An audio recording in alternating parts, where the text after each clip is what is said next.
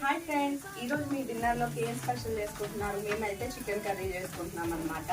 అదేంటి డైట్లో ఉండి చికెన్ కర్రీ అనుకునేటోళ్ళకి డైట్లో ఉండి చికెన్ కర్రీ కూడా తినొచ్చు. అది ప్రాసెస్ కొంచెం డిఫరెంట్ ఉంటుంది. ఇది వచ్చేసి పిల్లలకి, మా వారికి, అండ్ ఇది వచ్చేసి నా కోసం అనమాట.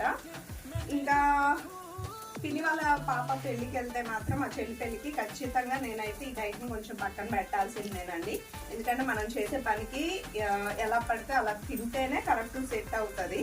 ఇంట్లో పనికి బయటికి వెళ్ళి ట్రావెలింగ్కి అవన్నీ సెట్ అవ్వవు కాబట్టి సో నేను జాగ్రత్తగా చూసుకొని మా కోచ్ని అడిగితే తను చెప్పారనమాట, ఇది ప్రశాంతంగా వెళ్ళి ఎంజాయ్ చేసినండి, తర్వాత చూసుకుందాం అనేసి. నేను అసలు ఎక్స్పెక్ట్ చేయలేదు.